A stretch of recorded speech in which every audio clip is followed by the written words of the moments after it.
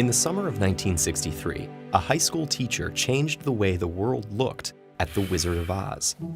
His name was Henry Littlefield, and he was teaching an American history class. He'd made it to the late 19th century, a time called the Gilded Age. But he was struggling to keep his class interested in the complex social and economic issues of the time. Then one night, while he was reading The Wonderful Wizard of Oz to his daughters, he had an idea. In the 1890s, farmers wanted to add silver to the gold standard to put more money in circulation and make it easier for farmers to borrow. In the book, Dorothy walked to the Emerald City on the yellow brick road in her silver shoes. The movie's ruby red slippers started out as silver. Silver and gold on the road to prosperity. L. Frank Baum had published the book in 1900 at the height of the Gilded Age, and the analogy didn't seem out of the question. No one else had seen these connections, but that didn't deter Littlefield. He taught his class about the Gilded Age using the book, and soon he and his students were finding more connections. For instance, in the late 1890s, the U.S. had recently recovered from the Civil War and integrated vast new territories, bringing an era of prosperity for some.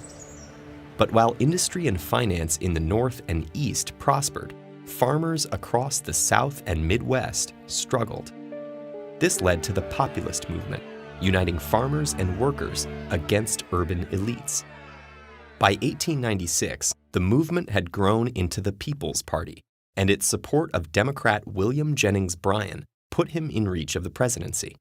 Meanwhile, in Oz, claimed Littlefield, Dorothy is a typical American girl whose hard life in Kansas is literally turned upside down by powerful forces outside her control. The Munchkins are the common people oppressed by the Witch of the East, banks and monopolies. The Scarecrow is the farmer, considered naive, but actually quite resourceful. The Tin Woodman is the industrial worker, dehumanized by factory labor. And the Cowardly Lion is William Jennings Bryan, who could be an influential figure if only he were brave enough to adopt the populists' radical program. Together, they travel along a golden yellow road towards a grand city whose ruler's power turns out to be built on illusions. Littlefield published some of these observations in an essay. His claim that this fantasy was actually a subversive critique of American capitalism appealed to many people in the 1960s. Other scholars took up the theme, and the proposed analogies and connections multiplied. They suggested that Dorothy's dog Toto represented the teetotalers of the Prohibition Party. Oz was clearly the abbreviation for ounces, an important unit in the silver debate. The list goes on. By the 1980s, this understanding of the book was accepted so widely that several American history textbooks mentioned it in discussions of late 19th century politics. But is the theory right? L. Frank Baum's introduction claims the book is just an innocent children's story. Could he have been deliberately throwing people off the trail? And is it fair to second-guess him so many decades later? There's no definitive answer, which is part of why authorial intent is a complex, tangled, fun question to unravel. And some recent scholars have interpreted The Wonderful Wizard of Oz in the opposite way as Littlefield. They claim it's a celebration of the new urban consumer culture. Historian William Leach argued that the dazzling Emerald City of Oz was meant to acclimate people to the shiny new America. In the end, all we know for sure is that Baum, inspired by European folk legends, had set out to create one for American children. And whether or not he intended any hidden meanings, its continuing relevance suggests he succeeded in creating a fairy tale America can call its own.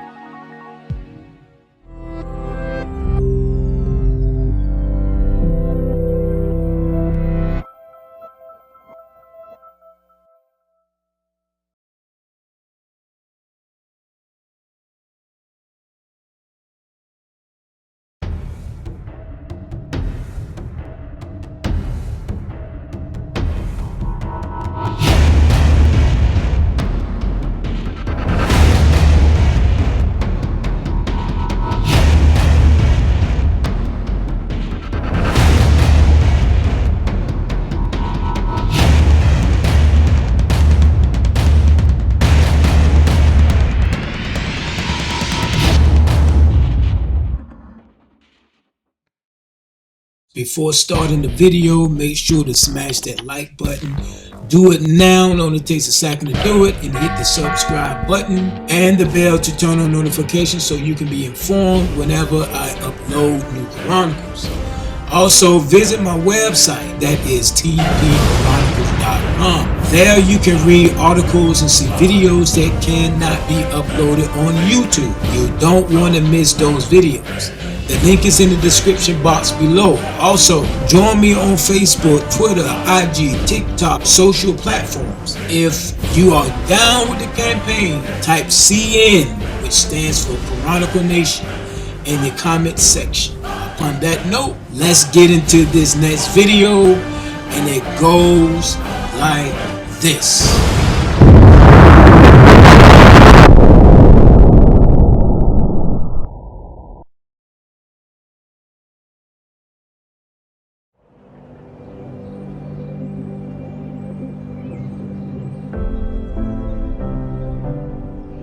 Welcome back to the WofOZ Chronicles. Remember to smash that like button, subscribe, and hit the bell to turn on the notification.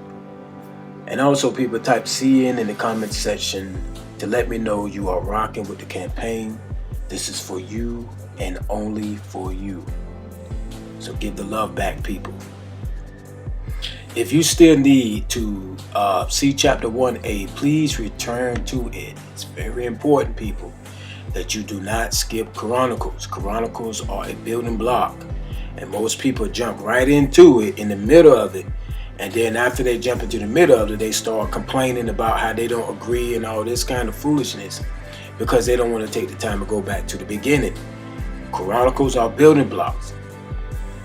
They are building blocks, and when we have created the house upon the rock, the hidden messages in plain sight will be revealed, because there's nothing, and I mean nothing, family, covered that will not be shown. And there's nothing hidden that will not be made manifested. Luke 8:17. Before we dive deep into this chronicle, I want to start this off with this chronicle off with this symbol, taken from chapter 1A. This symbol and the message behind it. This will help us to understand why the Wizard of Oz book was written and the movie stirred. It is a hybrid, unified religious message that the Pope, along with godless supreme spiritual powers, are pushing to the masses. And this message is what has been moved from the beginning of time. And this message will be what the devil and his seeds on earth are trying to serenade throughout the world. The New World Order's religion. That's what they're trying to serenade throughout the world, with the Pope at the head of it.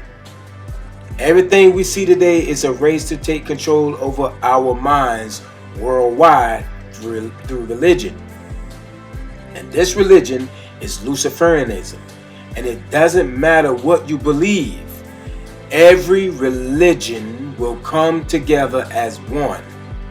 This is what the Bible has been predicting, that the enemy and his seeds are trying to do to control our minds, to destroy us. This symbol is none other than the letter X that will bring everyone into the center to the composite beast symbol of Revelation 13. When all religions will be of one body, this is what will usher in the era of Horus. And the era of Horus is none other than the era of Lucifer. And Lucifer will, through love and a so-called peace, will cause many to receive the mark of the beast through the entities and the powers that he will be using. With no further ado, people, let's start off with this part. I want to talk a little bit about this symbol, and then we're going to dive into the rest of this Chronicles. Let's do it.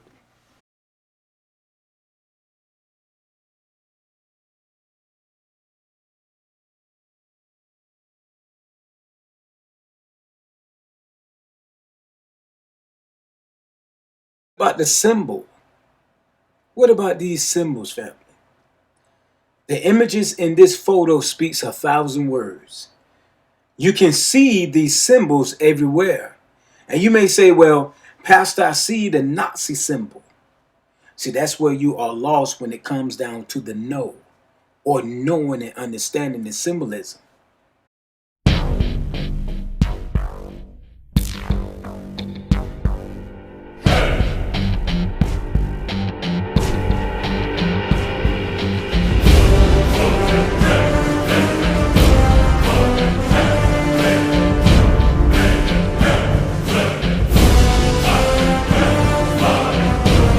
Please take this time to subscribe, hit the bell to turn on your notifications. You may need to come back sometime Tuesdays and Thursdays around 5:45 Eastern Standard Time because YouTube believes in shadow blocking, which means everyone will not get notifications, because what they're trying to do is destroy all channels like this that exposes what the enemies are doing.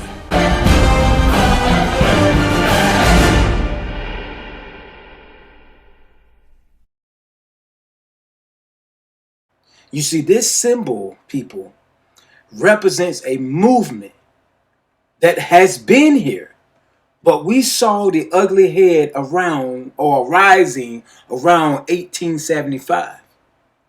You see, Nazi Germany was the German state between 1933 and 1945, when Adolf Hitler and the Nazi Party controlled the country, transforming it into a dictatorship under Hitler's rule. But Hitler, people, was a pawn like all other leaders, kings, presidents, and rulers throughout time to usher in Satan's oldest warfare against the emperor god of all creation. And that's crowning Lucifer's anti-system to control humankind and plunder us into everlasting darkness. With its memorable story and its cast of colorful characters, The Wizard of Oz quickly became an American classic. More than 100 years after the release of this book, kids everywhere are still enchanted by the Oz world of wonder. Few, however, recognize that under its deceptive simplicity, the story of The Wizard of Oz conceals deep truths inspired by theosophy. Here, we'll look at The Wizard of Oz, occult meaning, in its author's background. Although The Wizard of Oz is widely perceived as an innocent children's fairy tale, it is almost impossible not to attribute the symbolic meaning to Dorothy's quest. As in all great stories, the characters and the symbols of Wizard of Oz can be given a second layer of interpretation, which may vary depending on the reader's perception. It appears throughout the years describing the story as an atheist's manifesto, while others saw it as a promotion of populism. Now, people, populism is basically a name for a kind of political movement. Populists usually try to make a difference between common people and the elites, meaning usually top classes of people. Populists may think of wealthy people or well-educated people as a belonging to the class of the elites.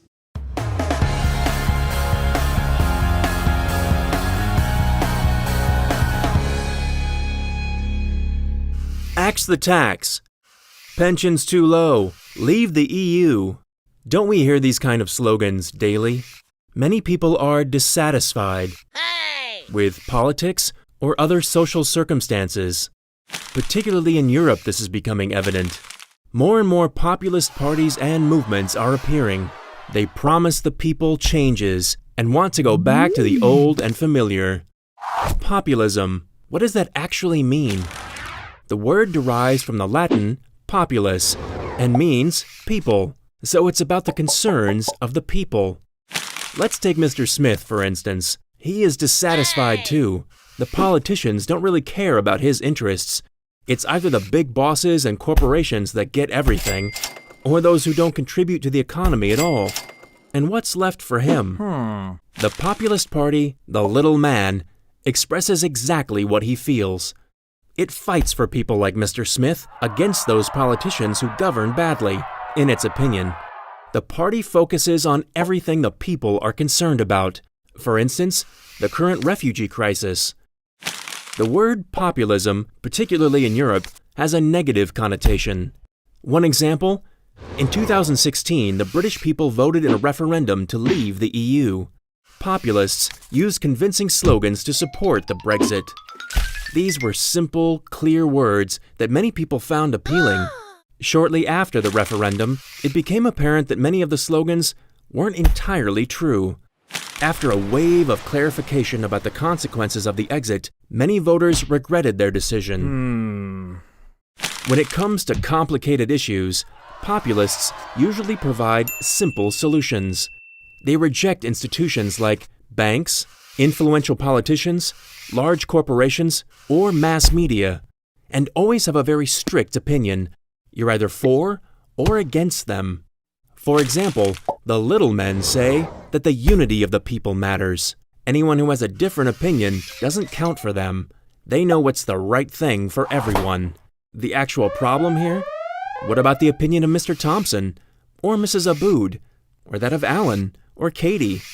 In a society, and particularly in a democracy, there are many different views. Mr. Smith thoroughly reread the party platform of the Little Men. Most of that sounds exactly the way he imagined it, but some points give him pause. How does the party actually plan to succeed in financing all the pensions? What would it be like if the EU no longer existed, or if tax money wasn't available? And why do they exclude whole social groups who are also part of the nation?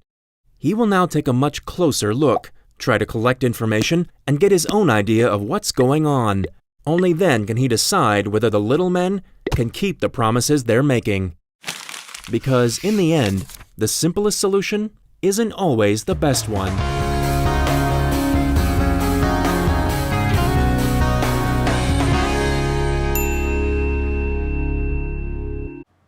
So people, I came across a documentation or article written by a guy by the name of John Donovan.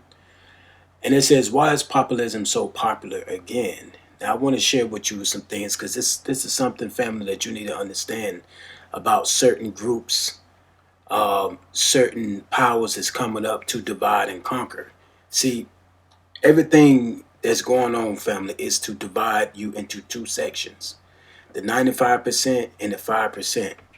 So listen to this. What is populism again? Populism is an idea, and not a particular new one, whose definition is notoriously difficult to pin down.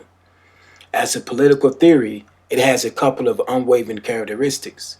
Number one, populist leaders climb to prominence by dividing society, by splitting it into opposing factions. The people and the elite. The key distinction between the people and the elite is not based on class or power, explained by University of Georgia political scientist Gaz Mutil in an article for Vice, but on mortality. I'm gonna say that again. The key distinction between the people and the elite is not based on class or power, but morality. It is always the pure against the corrupt. Number two, the will of the people should be unchallenged. Majority rules. That's it. But the problem with populism, according to Stanford Project, populism is growing across the globe because of the failure of major political parties to address the issues that people face in today's world, which are immigrations, economical inequality, and globalism, just to name a few. But populism, the project finds, can cause more problems than it solves. The problems start with the idea of dividing people into good and bad. From global populism and their challenges, the white paper produced by the Stanford Project said once in power, populist leaders represents a threat to liberal democracy as we know it. According to the research, attacking not only the rights of individuals who don't fit into the majority, but the very foundation on which the country lies. That includes the takeover and taming of courts and oversight institutions, and new laws that limit freedom of media and civil society. Again, we've seen it in the United States. Remember when Trump calling the press? Now keep in mind, people, to be honest with you, the Bible tells us not to trust in princes who have no power to save, okay? But you got to keep your eyes open, and you have to discern, you have to pray and ask God to lead you to what is right. Although you got one calling out each other, right? This is, and guess what? The words that they speaking is like a baseball, or, and let me say, a tennis ball going back and forth over the net. Who can you trust? Who can you believe? Right? So what's happening is, because we want to trust in man, we turn our eyes from God, and this is what we see. We see people like Trump and other people. They blaming each other, right? And who can you believe? Trump called out the press, the enemy of the people, criticizing judges that's resisting congregational oversight, claiming that elections are rigged, flouting laws, and claiming that the deep state of bureaucratic actors is out to get him to deny the will of the people he represents. And it happens with other populist leaders all over the world. Now, the opposition is the enemy of the people. Why would you listen to them? The media is swamp. Why would you listen to them? Right? Everything is fake. Everything is suspect. And no one is to be trusted except the populace. And the populace, remember, does not include voices of the minorities or anyone who disagree with the majority. See, populists, according to the report, damage democracies in others sinister, not readily apparent ways by striking down or radically altering what has become accepted over the years of building society. Things like healthy debates, respect for opponents, and civil discourse. So the populist leaders, according to them, it is important to note that populists can come is generally agreed from all parts of political spectrum. There are leftist populists, according to around the world, who combine socialism with their populist messages. There are those on the right to push anti-immigration and anti-LGBTQ platforms in their populism. People, it's all about dividing and conquering, people. It's all about dividing and conquering. So when you divide and conquer, you can create laws, right? You can create laws for the majority, for the majority. And so they sway the mind to how they want you to think. See, it's about conquest. You see what I'm saying? It's not will force be the agenda. The Bible said in the last days that the beast's going to force the mark upon its subjects, right? But this is right now is by consent, by your own will. And just by controlling the way we think and causing a division amongst the people of the world, by causing a division amongst the people, you can consent to laws being pushed. And the more they say, they want you to think, the more you give people freedom, the terrible the world going to be. Take away the freedom, then there will be unity, right? And so you're going to see this, family, in the message from the Wizard of Oz, right? Together we stand, divided we fall. This is the message. But believe me, this message has a twist to it. It has a twist. It's not a unity with God and man. It's a unity with Lucifer, and you're back against God, and you surrendering to laws that will be created by man, and they're going to be religious laws, family. Religion is the center of every persecution.